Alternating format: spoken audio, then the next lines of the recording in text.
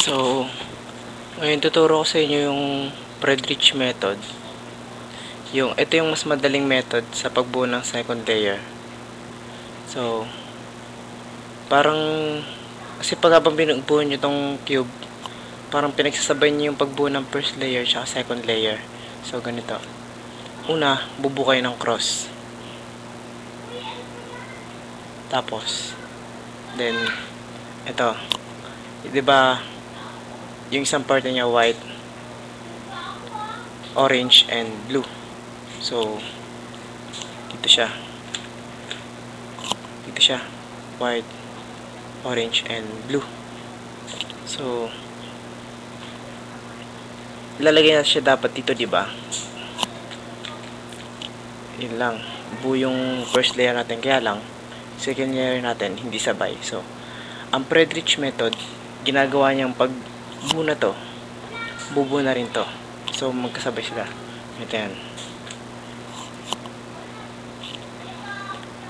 Di ba ang white siya dito? Yung base natin. Ang kapartner niya, blue and orange. So, magana tayo ng edge na blue and orange. Ito. Blue, orange. So, ganyan. Kaya, pag-iwalay natin yan. So, walang specific na algorithm dito. Ang common sense lang, kailangan magkatabi sila dyan. So, pag ganyan nasa kaliwa, down lang natin RI. Lagyan siya dito sa tapat niya, sa may tabi. So, nandun na siya. Magkatabi na yan. Nandun na yung white, orange, blue. Orange and blue. So, katapat na sila. Lalagyan natin siya dyan. Ayun na, nandun na siya, diba? Ito naman.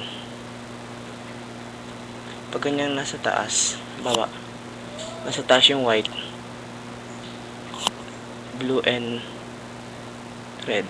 So, ito siya. Blue and red.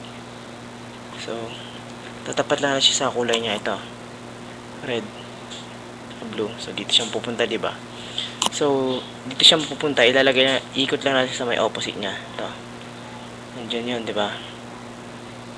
Hindi dito sa blue, kundi dito sa green, sa opposite ng blue. Ikot natin siya dyan.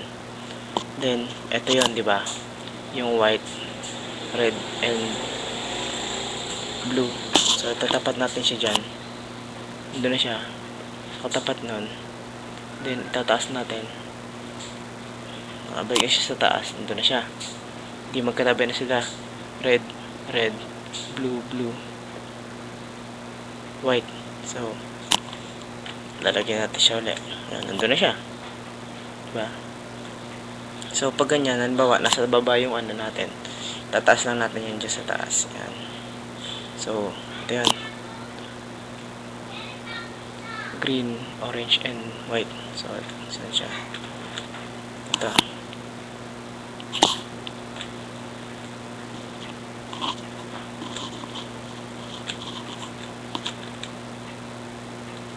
So, yun. Tatapat natin yung orange sa kakulay niya to. Lagay sa opposite. So, magkatabi na sila. Ayun na, buo na. Ito naman last, red. So, yun. Buo na yung second layer natin. Basta ang kailangan naman dyan tandaan, kailangan kung yung magkakulay, green, magkatabi, yung red, magkatabi. So, yun lang dapat na goal na makuha natin. So, kung nagugulang kayo, lang, ayusin ko.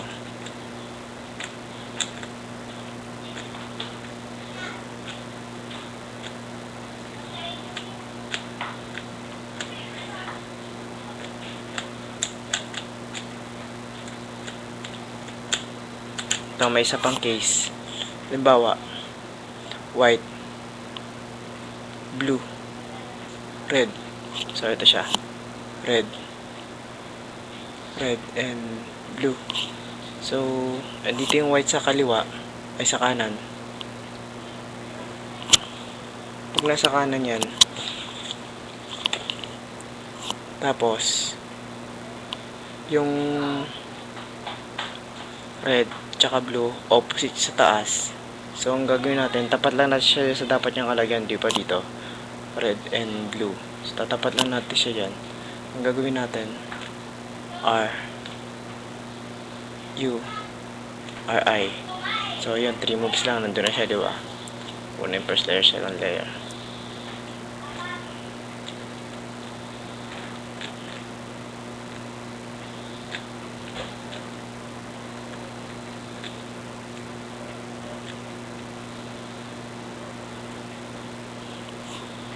So, ito naman, pag nasa harapan niyo siya, or nasa left, same thing.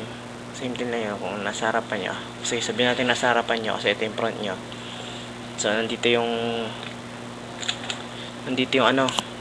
ano niya, partner niya, green tsaka orange. So, kailangan nandito siya. Kasi pag ganyan, di ba mali na, oh. Tama nga yung green, pero yung orange tsaka white, mali. So, ang gagawin natin, tapat natin siya sa dulo. Iwas natin para ilagay natin sa baba para hindi magulo. Siya, ikot lang natin isa. Yan. So, dito na siya sa gilid.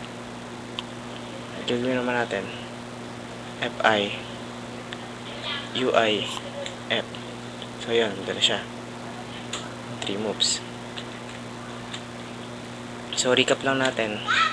Pag nasa taas yung yung puti, tapat natin to dito sa may katapat niya, then i-turn natin sa may opposite color to, di ba red yung nasa taas, orange. So yan, baba natin yan, pagkatabi na sila.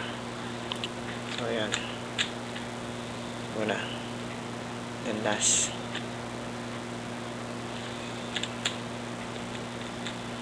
Yan nga pala, pag magkaparehas, magkaparehas yan nasa taas, ayan sa kaliwa. So, hindi lang natin siya basta-basta iikot dyan. Bawa ito. Yan. Di ba may buo na dito? Pag inikot natin yan dito, tatama nga to. Hindi, sorry.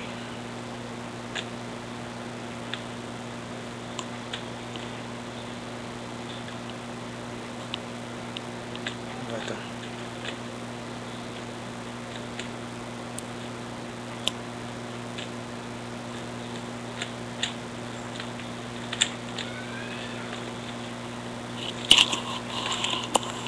So, hindi natin siya basta iikot. Kailangan siguraduhin natin na walang masisira sa mga binuno natin.